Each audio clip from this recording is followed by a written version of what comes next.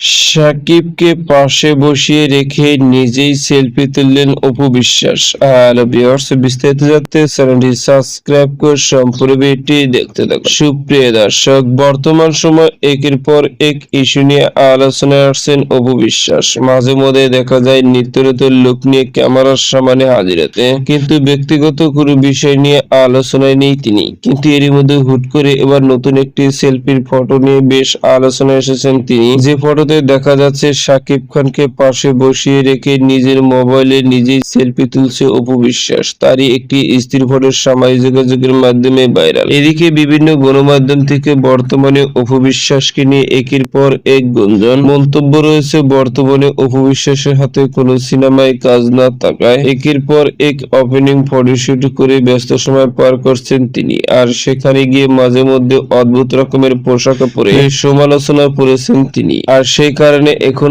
আলোচনার তুঙ্গে তিনি। তো সুপ্রিয় দর্শক, ভিডিওটি আপনার কাছে ভালো লাগলে একটা লাইক দিন। নিত্য নতুন ভিডিও আপডেট পেতে চ্যানেলটি সাবস্ক্রাইব করুন। অসংখ্য ধন্যবাদ। পুরো ভিডিও করা যাক।